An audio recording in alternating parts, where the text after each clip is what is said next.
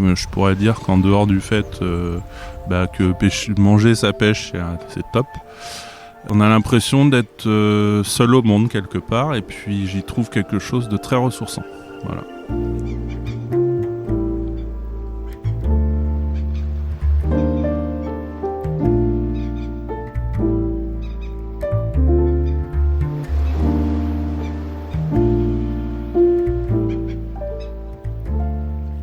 C'est de cette manière que Jean Legrand résume son activité.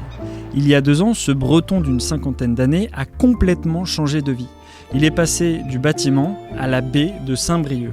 Et depuis, moyennant une 20aine d'euros, il emmène des groupes en balade pour leur apprendre les secrets de la pêche à pied, tout simplement.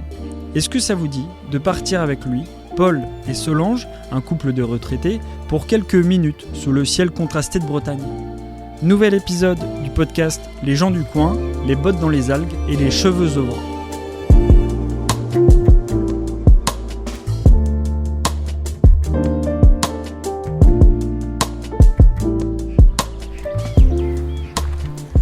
Enchanté Raphaël. Jean. Merci de me partager votre passion là, pour cette journée, ça va être cool.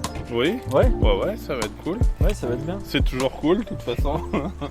Bah ouais, j'ai l'impression comme métier, ça a l'air d'être assez sympa, ouais. Ouais, c'est vrai. Donc comme je disais, il faut qu'on s'équipe avant de partir. Chacun, on appelle ça pas une épuisette mais un avenot. Voilà, ici c'est l'avenot, c'est l'épuisette ronde, hein. En gros c'est comme une épuisette bien sûr.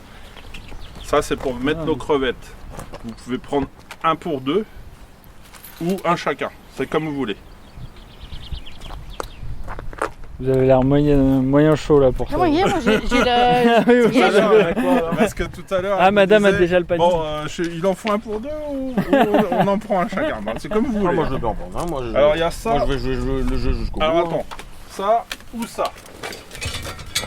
Ah oui, ça c'est. Ah oui. Ça c'est connu aussi, c'est pour les vifs. Même pour la truite, on peut prendre ça. Bon, Mais pour les crevettes, c'est bien. Vous appelez Paul ? Ouais, Paul. Et alors En pourquoi vous venez bandoulière, ce ici sera alors mieux, je pense. Parce Ça, que c'est moi, un cadeau de nos enfants pour c'était les anniversaires, la fête des pères l'autre jour, donc c'était un cadeau de nos enfants. Ah, Et bah, puis comme ils savent que j'aime bien la pêche, Ah bah super. et puis la pêche au bouquet je connais pas, donc c'est l'occasion. Ouais, Et puis voilà, tout à fait. On va aller voir avec ça. un professionnel. Mais vous avez C'est un pro de chez pro là. complètement raison. On sait pas, on va voir. Ah, vous allez remplir votre panier. Je vous pense. allez pas à la fin. C'est pas forcément le but de remplir, c'est déjà de voir comment ça se passe. Et puis, Ouais. Et alors vous appelez comment ? Solange. Moi je me rappelle plus le nom, c'était quoi? Un avenot ? Un avenot, un sac.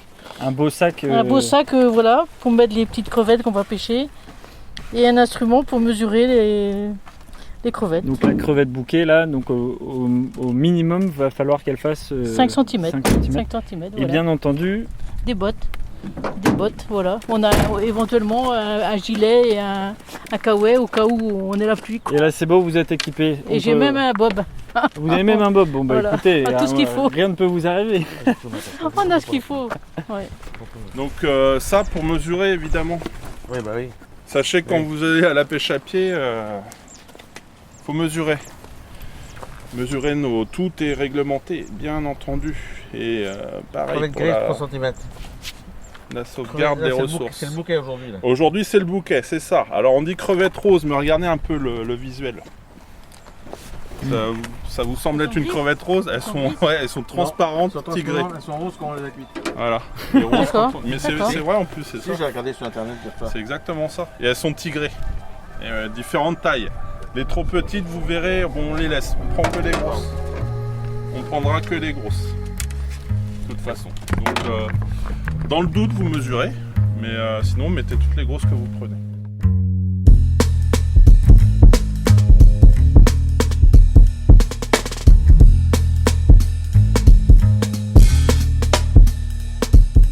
Alors pourquoi tu as changé d'activité ? Qu'est-ce qui t'a touché ? Il y a ce grand cliché d'après Covid-19 où tout le monde a voulu changer d'activité. Est-ce que c'est ça ou alors pas du tout ? Ou alors c'est une envie de toi de te balader dans la nature au quotidien et pas de rester dans des bâtiments ? D'ailleurs, c'était dans quel secteur le bâtiment ? Oui, c'est plus ça. Non, j'étais agent de maintenance bâtiment, donc je touchais un petit peu à tout. Et c'est plus le fait de rester à l'extérieur et de faire un métier lié à la nature. Après, voilà, je trouve vraiment quelque chose de satisfaisant à montrer aux gens la pêche, leur faire découvrir, parce que souvent les gens qui viennent me voir sont débutants, donc on imprime, on commence une nouvelle chose pour eux. Et c'est un univers à part, quoi. Voilà, on pourrait dire ça. Pour eux, hein. Moi, c'est quelque chose que je connais depuis que j'ai 5 ou 6 ans. J'ai commencé à pêcher à ce moment-là, hein. D'abord au niveau familial, parce que ça passe par la famille, on va pêcher en famille et tout ça. Et puis, ces derniers temps, je me suis dit, mais vu le questionnement, en fait, quand je remontais de mes pêches, donc on va dire le week-end quand j'avais le temps, hein, en dehors du travail, le questionnement, les gens qui demandent mais comment vous prenez ça, qu'est-ce que c'est que cette bête-là, voilà, je me suis dit mais tiens, pourquoi pas proposer un métier qui justement répond à ces questions.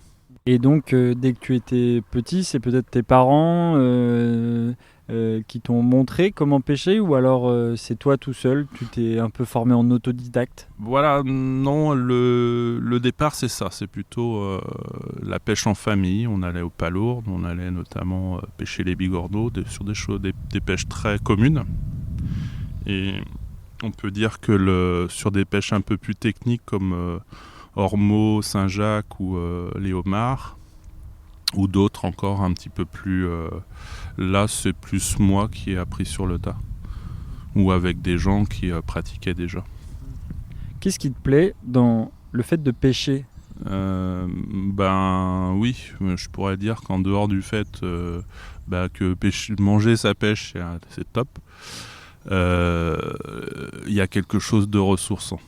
On est près de la nature, on est vraiment loin. Quand on va très loin sur l'estran, c'est comme des fois sur certaines plages qui sont très plates, ça peut être des kilomètres. On a l'impression d'être seul au monde quelque part, et puis j'y trouve quelque chose de très ressourçant. Voilà. L'autre est meilleur, et traditionnellement, en Bretagne, on prend le bigorneau, celui-là on le laisse il y en a plein, regarde. plus de gibules que de bigorneau, en règle générale. Je vais vous montrer un bigorneau pour faire la différence. Ils doivent ramasser les deux. Mais tu peux, hein, il sera pas mauvais celui-là, si tu veux. Oh, c'est la mayonnaise qui fait tout. Ouais. En vrai, oui. Avec un peu de maillot, tout est bon. Hein. Les zones de pêche, elles sont répertoriées. Vous n'irez pas pêcher dans des endroits qui sont pollués, parce que ce que vous allez ramener dans votre panier, ce sera pollué. Ce ne sera pas bon à manger, et puis vous allez faire des intoxications. Enfin, il y a une chance d'intoxication. Donc tout le jour, on va voir en fait les endroits qui sont autorisés à la pêche. Et surtout éviter les endroits qui sont non autorisés. Il y a des interdictions permanentes, comme dans les ports par exemple. Les ports, on ne pêche pas dedans. Je compare souvent ça à un panier de crabes des fois. Voilà, celui qui... en fait, le milieu professionnel, hein. Et c'est approprié, le panier de crabes, c'est-à-dire que les crabes souvent ils essaient d'aller au-dessus, donc ils pincent les autres, ils leur marchent dessus, et voilà. On essaie toujours de se garantir la meilleure place, celle le plus haut du panier, celle où on peut aller s'évader. Donc toi tu as choisi de partir du panier de crabes. Exactement. Bon, je vais sans vouloir vraiment marcher sur les autres, hein, mais partir tout simplement. Tiens, il y a un trou par là, j'y vais.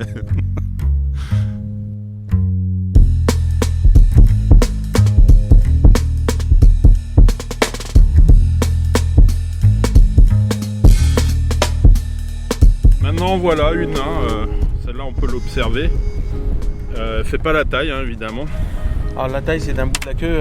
Mais regardez bien à quoi ça ressemble. Elle est tigrée comme je disais tout à l'heure. Ouais. Transparente et tigrée. Vous verrez, il y en a qui sont plus ou moins rouges. On peut mettre la règle pour voir. Et voilà, et c'est ce que j'allais faire après. Plus ou moins rouge ou bleu même des fois. Il y en a qui sont bleutés. Ici en taille, alors on va la mettre dans le même sens, hein, que le visuel pour être bien. Tiens, ça y est, la pluie arrive. Hop. Oh, c'est presque. C'est presque, mais tu vas voir, il va manquer un petit peu. Oh. Viens là. On va être en limite, Ah, parce que limite, ça passe pas. Elle fait pas 5. Ouais. Vas-y, je tiens. Voilà, tu vois, il te manque un Il demi-centimètre. manque un demi-centimètre. Ok. Par contre, il est plein d'algues. C'était celui-là, il y avait plus de flotte. Là-dessous, là, j'en ai fait plein. Bon, voilà. Paquet d'algues. Trop d'algues. Ouais, elles doivent être ailleurs.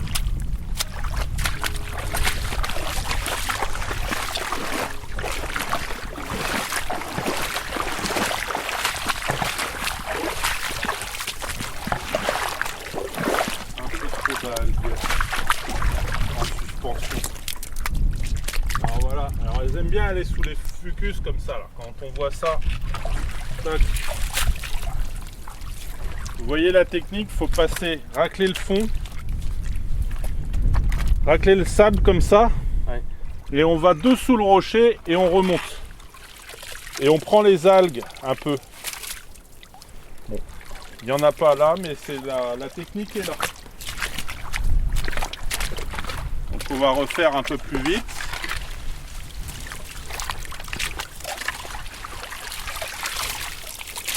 Non.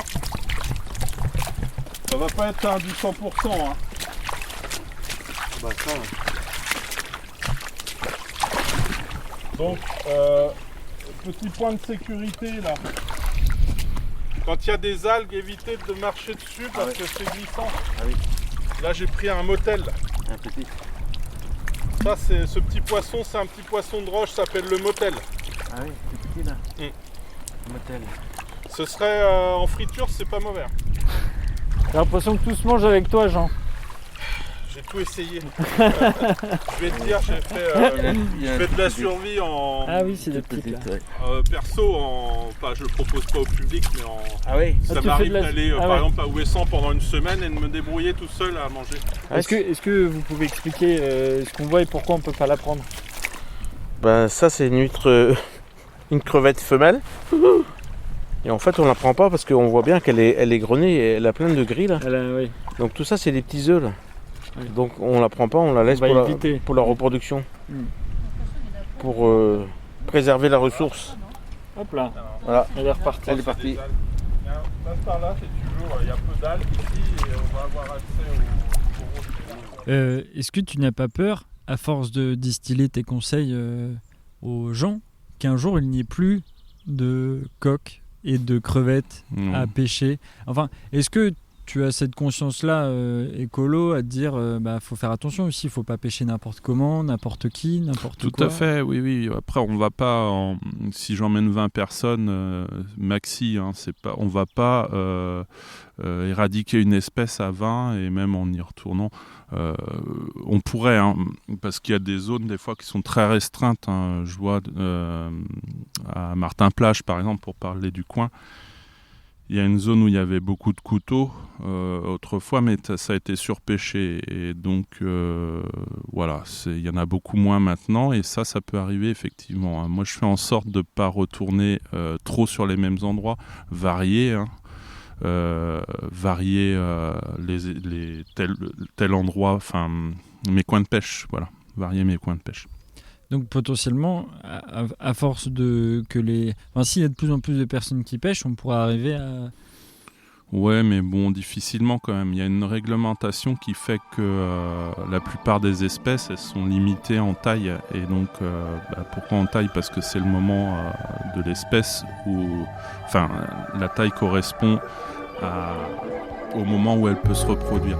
Donc logiquement, il y a un renouvellement des comment... on appelle ça des gisements. Il y a des renouvellements.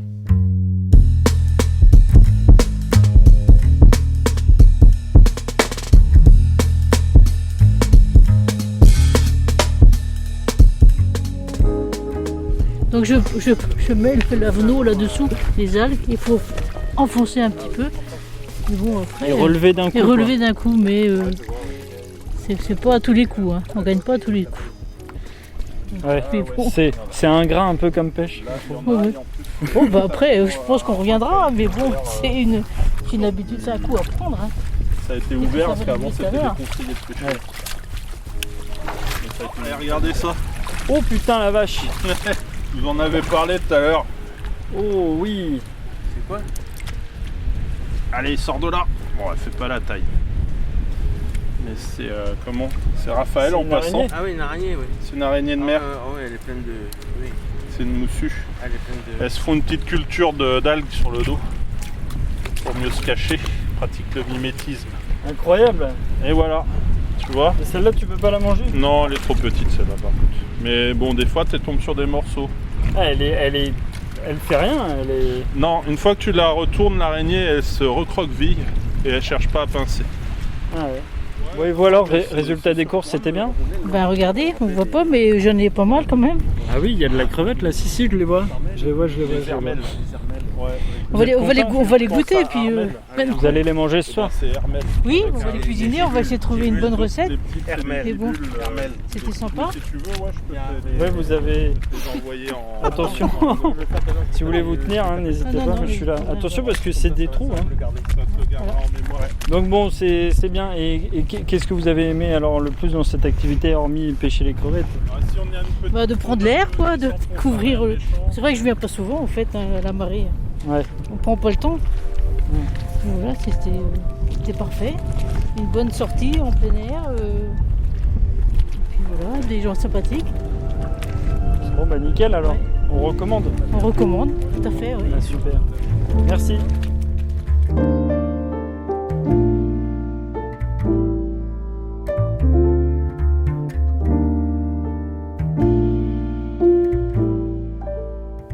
Vous venez d'écouter Les gens du coin, un podcast réalisé par Actu.fr. Je tenais à remercier personnellement Jean pour sa bienveillance et son accueil, ainsi que Paul et Solange pour avoir supporté mes questions pendant quelques heures. Nous, on se dit à la semaine prochaine.